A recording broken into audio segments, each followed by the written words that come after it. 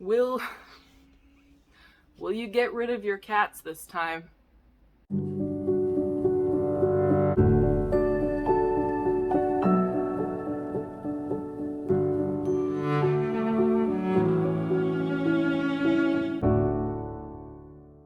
Good morning and welcome to Socially Awkward with Stefanie. I'm just kidding. Sort of. I say socially awkward because I'm suddenly anxious about the amount of people that have viewed our pregnancy video, our pregnancy announcement video, and it just, like, every time I see the number go up, I throw open my mouth a little bit. So, I mean, that could be morning sickness, but yeah, it's just a little surprising. I wasn't expecting 50,000 people to watch it. I was thinking maybe 3,000 views or something, and that was fine. Yeah, I don't know. I always imagined that my channel would eventually get more traffic and views and whatnot, but I never, like, accounted for the fact that it might cause me a lot of anxiety, which is why I've been not really vlogging lately. Trying to get over that part though and just continue doing what I've been doing because it has been such a good thing for me mentally with my grief and everything to vlog.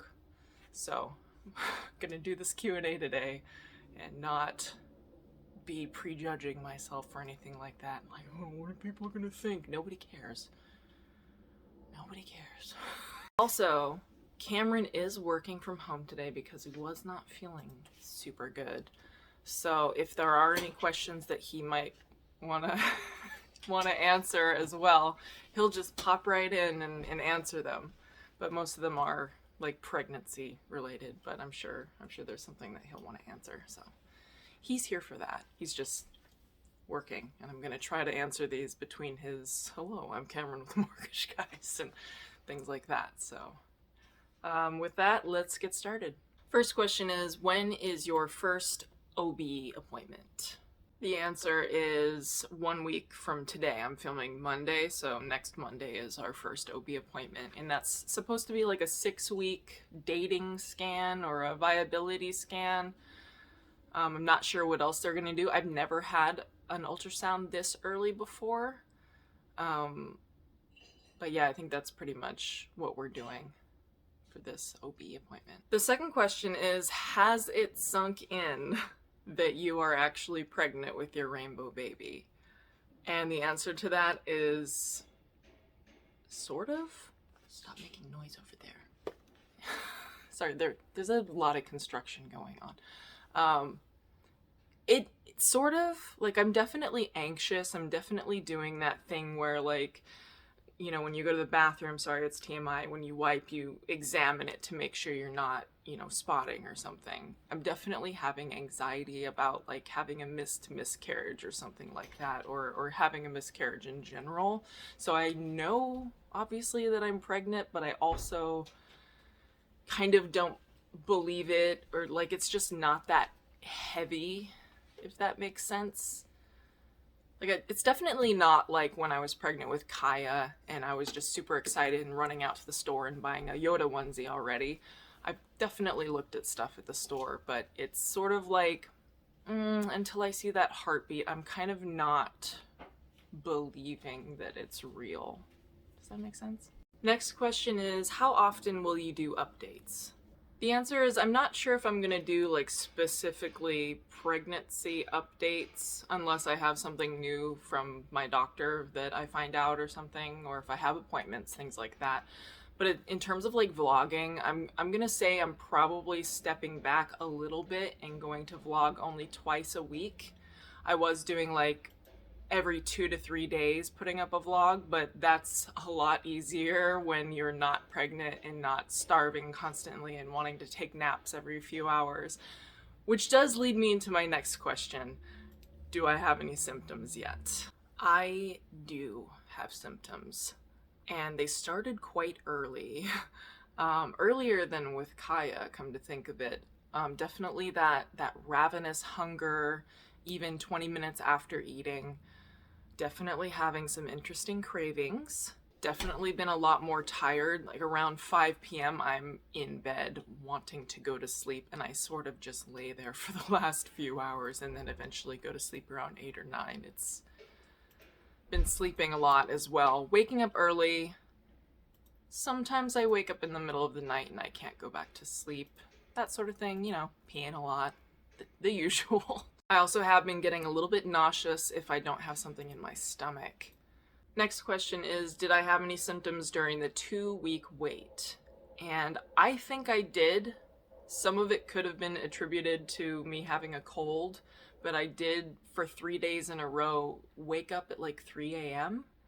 and I couldn't go back to sleep. It was just this weird insomnia, and I just felt wired in the middle of the night. So I kind of felt like that was from about 3 DPO to about 6 DPO. So I feel like maybe I had this massive hormonal shift or something happened in there. And that was like one of the first signs for me. This next question is about my past pregnancy with Kaya. And the question is, what did you crave the most with Kaya? And the answer to that question Milk!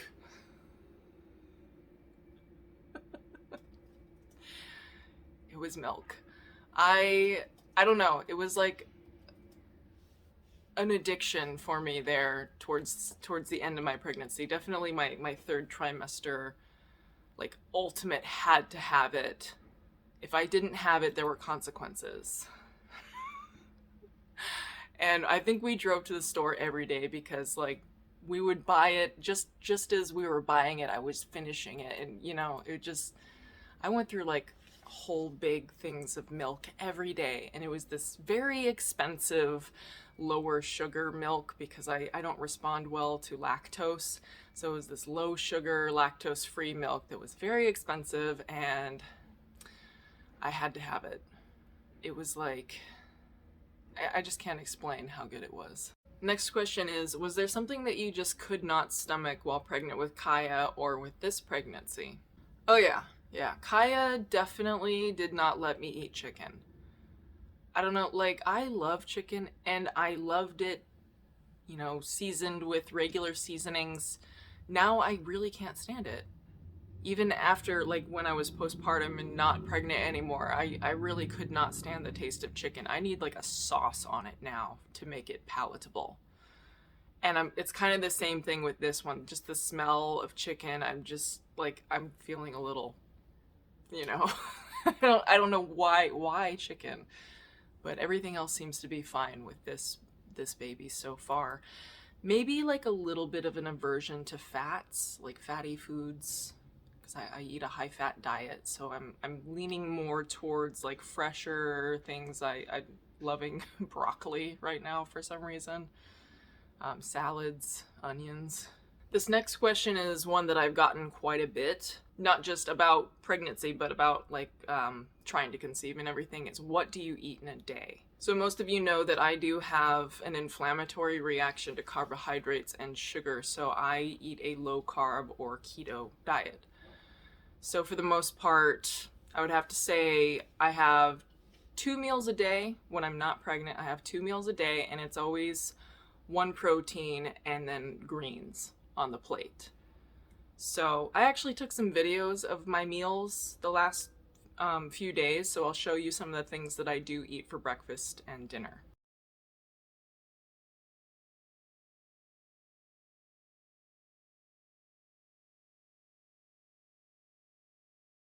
I'm just going to put this out there that what I eat is not something that I would consider a low-calorie diet. It is definitely probably higher in calorie than what would be recommended for the average person in America. But I am nearly 6 feet tall, so I do have higher requirements, so that kind of reflects on what I eat in a day. My goal with my meals is to have as much nutrient-dense foods on the plate as possible, so that I am getting as much as I can before I take my prenatal vitamin. Next question is, will you have any extra scans and monitoring during this pregnancy? The answer is yes, definitely. 2 weeks after I delivered Kaya, I went to see my OB to discuss, why this could have happened and to run a series of tests to see if I had any blood clotting disorders, any viruses or parasites that may have caused the stillbirth. For anyone questioning that, everything came back completely normal, and we do not have a cause of death, unfortunately. But we did discuss with him about the game plan for my next pregnancy, and he did say that as early as 28 to 30 weeks, I can start having extra monitoring every 48 hours. So I can go in and get a biophysical profile and a non-stress test every 48 hours until delivery. And he also does want us to induce early. So maybe not, 37 weeks early, but like 38. Because we just have this agreement that at that point, once the baby's able to breathe on their own outside of the womb, it's probably just best for them to come out rather than stay in. Next question is there anything that you're going to do different during this pregnancy? And the answer to that is I don't think so. I have a really great diet with both. With Kaya, I tested my blood sugar every day, several times a day. I found it fascinating. I also just find it reassuring to know that my blood sugars are stable and everything. I might get myself a blood pressure cuff, but I'm not sure because I have heard that they are not the most reliable, the ones you can get at home. So if you know of like an at-home blood pressure like cuff that you can use, so you don't have to go to the doctor and check it, I would be really interested in knowing which ones are the best or like the most accurate. Just because that's another thing I would like to keep an eye on. I'll probably do a pregnancy journal this time. What else? If it's a girl, I probably won't buy much else. I mean, I'll probably get this baby's own going home or hospital outfit, obviously. If it's a boy, oh God, the shopping I'm gonna have to do. But I might end up doing that later, like after the baby reaches viability, which would be, I think, 24 to 27 weeks. I don't know what viability is considered in California, but I'll probably wait, if it's a boy, to start shopping after we get to the point where the baby would be viable outside of the womb. Hey, future editing Stephanie here. I did forget to say that my OB does want me to take a low-dose aspirin. So baby aspirin, and I have no idea when he wants me to start that or how long he wants me to take it, but that is something that we'll be doing differently this time around. So the next question is, do you think you're having a girl or a boy, and do you have a preference? And I think Kameron wants to come and help answer this question, so we'll have him come on in. So do you think it's a girl or a boy? I hope it's a girl. It's weird, I don't have like an intuition with this one. No, I mean, I feel confused almost. That's why I keep thinking that there's like two in there. It's not two. It's not two. Oh my God, that'd be the highest risk pregnancy. Jesus, not the highest, but you know. I think, yeah. I mean, I want to say it's a girl, but we shall see. I'm not sure personally. I did have a dream that I was having a boy. Like, we got the results for our non-invasive prenatal testing, and I opened it, and it said boy. But then Chris Farley came in dressed like a snowman, so I don't know what even that means. Maybe Chris Farley's playing a joke on me from heaven. I don't know. But then other parts of me are like, no, she sent a little sister to us. So I'm confused. I would really love to have a girl. Yeah, I want a girl too. He has always dreamt. Well, why don't you say that? Well, yeah. I mean, for the longest time I've wanted 3 girls. That's what I've kind of had the idea of. Yeah. So. I definitely have always wanted a girl, at least one girl, because I grew up with 4 older brothers, so I never got like the sister experience or just even. And I was also the youngest, so it was like, I don't know. I really, really want a girl, and I'll be honest, I'm probably going to experience gender disappointment if it is a boy, but I'm pretty sure I'd get over that quickly. Just because I want a healthy baby to come home with us. Yeah. Healthy baby wins. I mean, I don't think I'd be too disappointed if it was a boy, but I want a girl. Yeah. So if this one's a boy, please let the next one be a girl. Yeah, because your girl's getting old. So I'm going to be 35. Oh! It's going to be February. That means my birthday is in March. I'm actually going to be a geriatric pregnant woman. Oh my word. For this pregnancy. That's so sad. I shouldn't worry too much. My mom had me at like 40, so I'm sure I have enough time left to have 3 babies. Yes. Hopefully at least one's a girl. So, yeah. Yep. See if there's any other questions that you can answer. This one's a little out of order, but you're here already, so we may as well answer it. Not pregnancy related, but where do you see yourself living in the long term? At our own home. I think the person meant like state-wise. Oh, state-wise? Yeah. Texas? You gotta show me some other parts of Texas, because I'm not a big fan of the desert, like everything's flat thing. I love mountains. I love seasons. Ideally for me, I'd do Idaho, Montana, or something boring like that. But career-wise, we obviously need to be in a place that's a little bit more happening. So I get it, but maybe we'll have to take some trips around Texas and see if there's anything besides flat and rattlesnakes. When I go to Florida? Oh no. I can't. No offense to Floridians. I can't do the what's it called? Humidity? Yeah, right. I was about to say when it gets all wet everywhere. Humidity. I can't do humidity. Humidity. Next couple of ones are kind of fun. They're about the cats. Somebody asked, did and do your cats know that you are pregnant?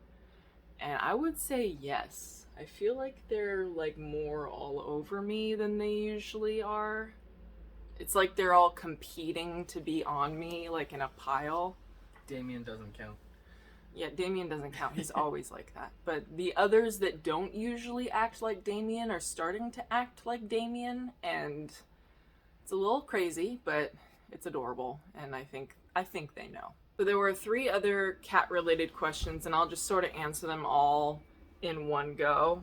And that is, did you scoop cat litter when you were pregnant with Kaya? No, I did. He wouldn't let me do it, even though my cats don't have toxoplasmosis. And it was actually one of the things that my doctor tested me for after the stillbirth was toxoplasmosis, and it came back negative. For anyone that's wondering if that was, the cause or anything, it was not. Will you get rid of your cats this time? No. No. That's family, yo. And then the third one was, will you keep all of your kitties? Yes. Yes. We're gonna keep them all. I mean, unless the 2 fosters get adopted, then yeah, we'll send them packing. But the 7 that are ours, they'll never go anywhere. There's nothing that could make them go anywhere. Next question is, what was your favorite part of being pregnant? And then your least favorite part of being pregnant. I think my favorite part of being pregnant was that it had a profoundly positive effect on my mental health. I have suffered from major depression for most of my life and was undiagnosed ADHD for most of my life, so I had no idea that the things that I struggled with, could even be helped. I just struggled a lot with my mental health. And for some reason, the pregnancy hormones gave me a break from that. It also gave me a break from my ADHD symptoms. I mean, they were still there, but it wasn't quite as intense as they usually are. I'm already feeling that right now. I feel like this overwhelming sense of just like well-being, like I'm warm inside, just like how I feel neurotypical people feel. So it has been the best part of pregnancy, I would say. Worst part of pregnancy, which I affectionately refer to as the manatee phase. Thank you. It's $2.50 each. Okay. The manatee phase, which is where my guts were so shoved up into my lungs that I just couldn't breathe. And everything I did put me out of breath. And it was like I could not walk more than 10 feet without being like... It just, I really disliked that part. And I do remember that when my belly started dropping, I could breathe again. And that was, it was so much better. But I would say worse than nausea for me was definitely not being able to breathe. I never had issues with throwing up or anything like that. I was very blessed in that regard. But yeah, the not breathing thing really sucks. I'm not looking forward to that. Next question is, will you redecorate Kaya's nursery or keep it the same regardless of gender? Right now, I really don't know the answer to that. I do know that with this baby, I'm definitely seeing like yellows and oranges and salmon pinks in my head for this baby, like a sunset theme. As far as changing Kaya's nursery, I don't feel that I would be doing that anytime soon. Maybe closer to like, you know, maybe when we reach viability outside of the womb, I would consider making the nursery the Rainbow Baby's own theme. But makes me want to cry thinking about touching on any of her things. So I'll probably leave it as it is for now. Sorry. Ooh, okay. Let's see. Happier things. Any fabrics that you are squirreling away for this baby. I have been really obsessed with foxes for this baby, regardless of gender. I love woodland creatures, stuff with foxes. If I have a girl, oh my gosh, there are the cutest little fox booties that are at Target that are pink. So cute. But yeah, I probably would do like cute little foxes, things like that for this baby. Next question is a very important one. How are you staying so positive throughout your vlogs and while you're grieving and everything? And I think there's a combination of factors here. Because I'm not always positive. I definitely try to be. I would say a combination of the fact that I recovered from my eating disorder with a 12-step program. And this 12-step program is incredible. It's sort of like Alcoholics Anonymous, but it's for eating disorders. And they just teach you a way of dealing with resentments and things that are, you know, the stuff that you ruminate on over and over in your mind that makes you want to do destructive things. The 12 steps really teach you how to process that and make it something that when you think about it, it hurts less.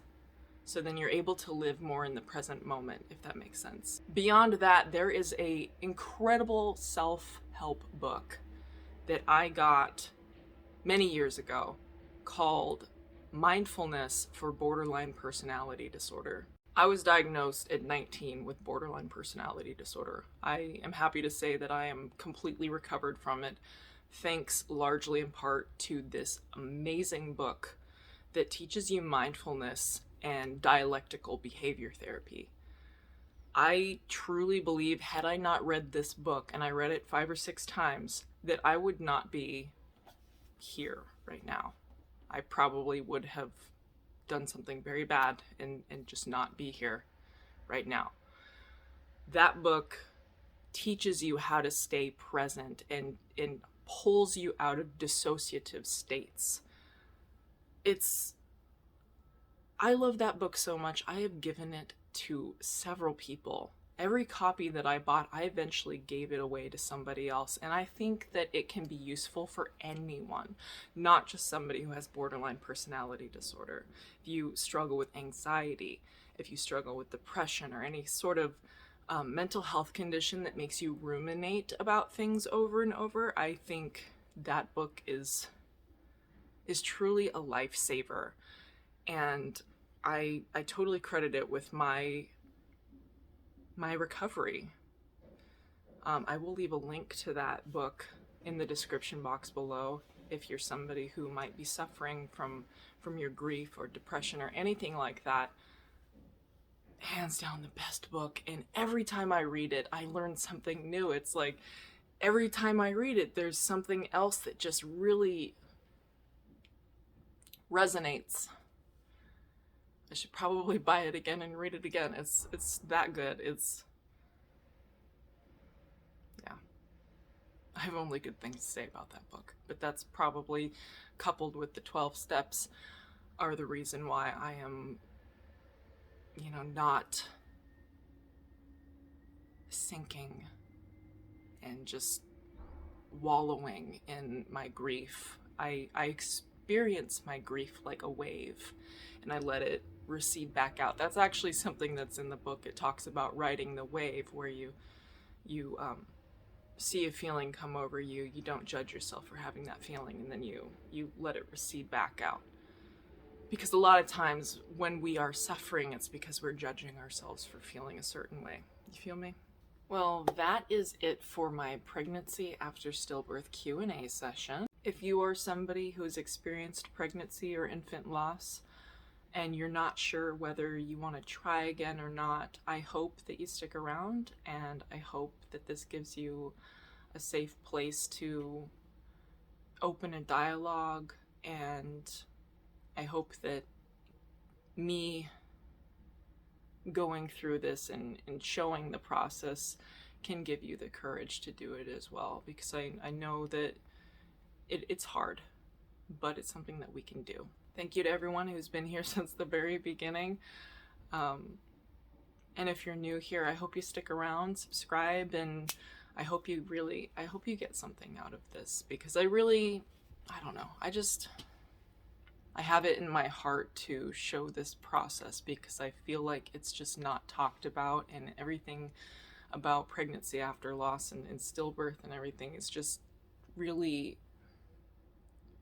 nobody wants to talk about it, and I don't think that's fair. And I feel like that makes people feel isolated and alone, and like there's something wrong with them, like they're a freak, So I want to just be transparent about this whole process, and hopefully we can all feel a little less alone through this.